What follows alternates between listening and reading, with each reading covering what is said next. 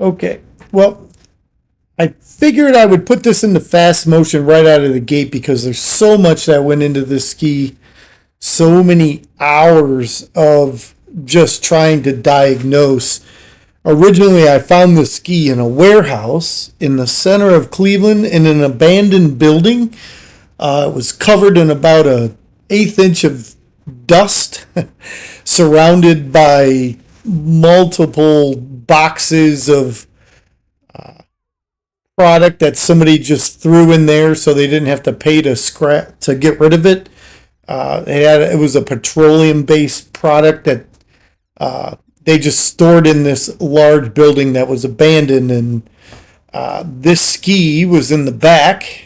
They were getting ready to tear down the building, and as I was walking through, I noticed the ski sitting there, and everybody else that I was with said there's no motor in it because the seat was off, and they were looking down into the hall. So looking down in the hall, underneath the seat, it just looks like a drive shaft. So they weren't paying attention enough. I lifted up the hood, shut it back down real quick, and was like, all right, I'll take it. So I came back later, loaded the thing up in my truck, and away we went. She's going down.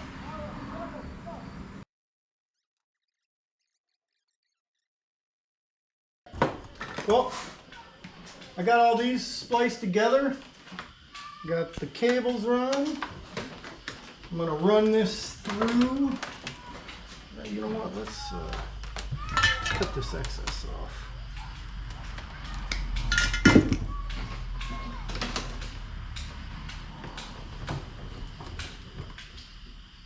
The wiring I used for this particular project was just regular stranded Romex, which probably not best case scenario, but it was what I had laying around in order to go from the handle controls all the way back to the MPEM system, and just trying to just test and tune it at this point in time, and then trying to get everything back in the box was a lot harder than it looked. The electrical gremlins that are in here are solved. Oops! I did it again, baby. It's taken me many, many hours to figure out that the safety control switch here is bad. If you wiggle it a little bit while holding down the start button, I got it to click a couple times. Once I was able to get it to click, I was thinking, I wonder if there's definitely, so I put some oil in there. I sprayed some starting fluid in there, got it worked in. It's not working 100%, but it is working sometimes. There you go, see? Like 5 pushes and it did crank over. Everything sounded good, the motor sounded tight. I mean, I've had every electrical wire, attachment, splicing. Everybody else, hit the target hard, give it everything you got. Diagnosing, running stuff back and forth, trying to figure some stuff out. Now, in the beginning, the solenoid was also bad. It was triggering, but it wasn't triggering all the way to run the starter. It was clicking. So I did order a new one of those. It just came in the mail. I haven't put it on yet, but for some reason or another, the old one started working. So just for test and tune type purposes, we're gonna keep this on, the solenoid on this machine, and I'm gonna put all this back together, and the thing we have left to do is to drain the gas tank, pump it out, get it cleaned up, blow out the lines, and get some fresh two-stroke in it. Right now we have the ability to start it from the existing controls, which is one of the things I was most concerned about. When you're on a jet ski like this and you're in the water, like if you can't turn it on and off by controls, it's very difficult to lift up the hood of something like this, mess around in here. These older skis, they're not extremely stable. They are if you're up on top and you're in the middle, but once you get a little bit too far sideways, they have a tendency to roll, and that would sink it. I've done it in the past, so I know. So we are going to get this gas pumped out. But before I do that, we're going to actually send it out on the pond.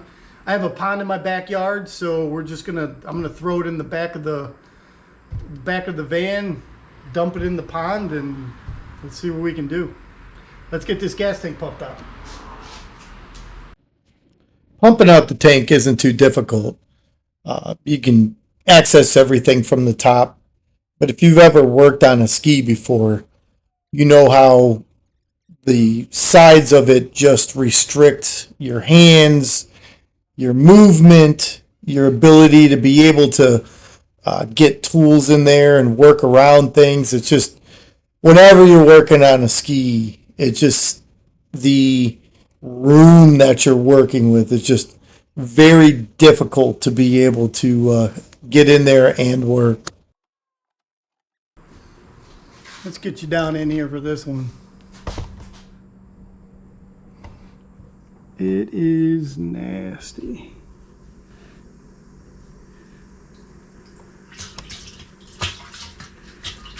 It's just straight black.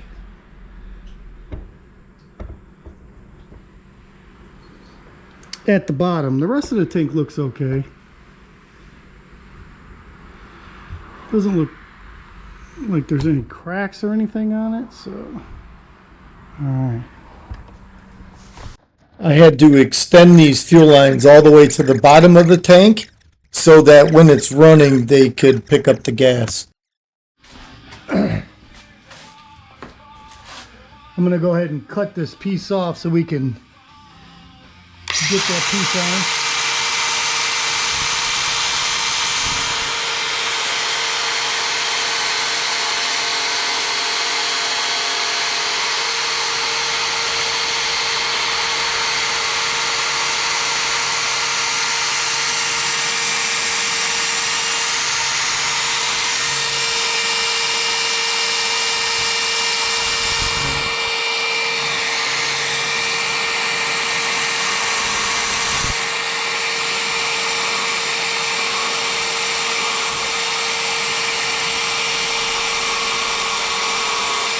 I'm going to blow out these lines if I can.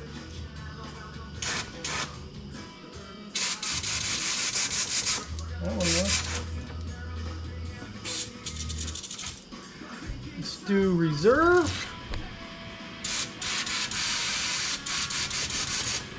Both are good. A lot's happened in the last couple days. We've made a lot of progress. I did get some parts. The coil thing is on its way here. With the two pieces already, the two wires are already attached, spark plug wires. What's happening is I'm right here where I had soldered these together and used the clip to put them on. Both of those, here's the orange one down there. They are arcing through that plastic sheathing. Fuel cable off. And I'm adjusting that. What's happened is somehow during the way this thing got pinched and the cable's not sliding through there very easily, so I gotta try to straighten those things out as best that I can. Alright, well, I hope you guys can see this. This is what we're looking at right here. Grab the pliers. Alright, I'm going to tighten down this throttle cable.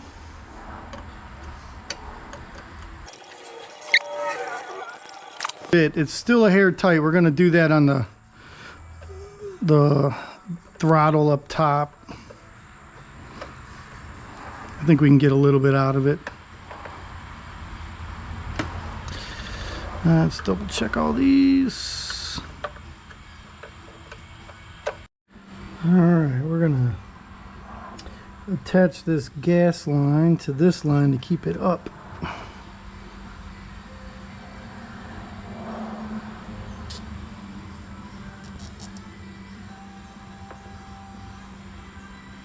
I gotta order a new throttle cable. If this one doesn't straighten out, like that little bit makes a difference of like a 1500 RPM or an 800 RPM. Here, I'll show you.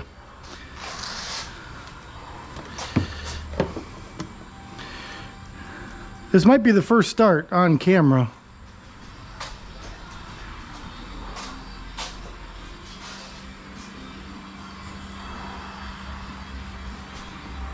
Here we go.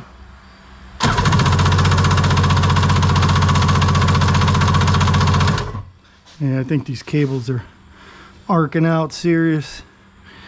Here, let's see if we could do this. Pull it away from there. You can see where I soldered them. I mean, it works. It's just not, you know, they got to be more insulated than just that piece of plastic. And where I soldered this, I was going to tape it up just as soon as we figure out what exactly we're doing.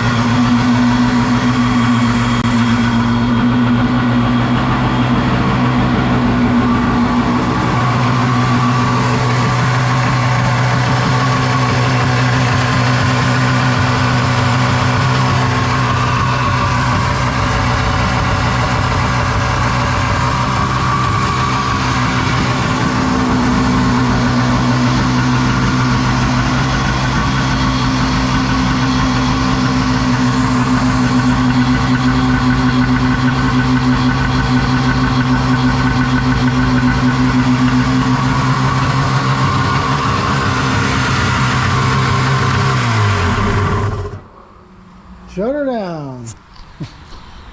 Nice. This thing sat in a warehouse for, it's stickered to 04, somewhere between, I don't know, I would say 15 to 20 years. I found it all dirty, cleaned it up. Next thing to do, we're going to take it out on the pond and give her its first test run. I'll see you out there.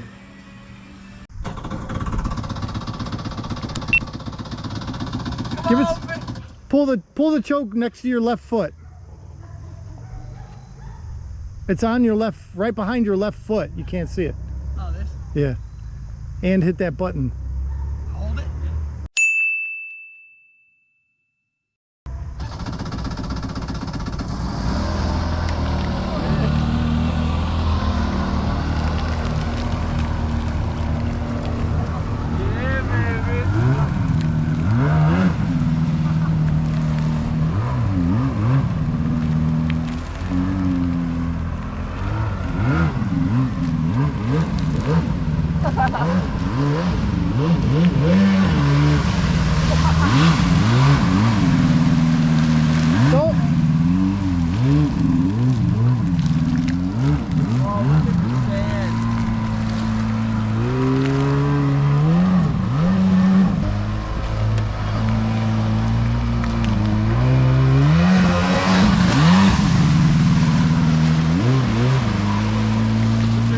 What is happening?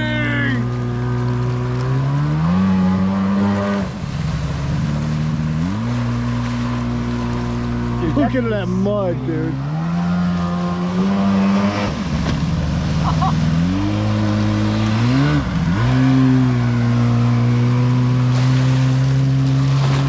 Holy crap.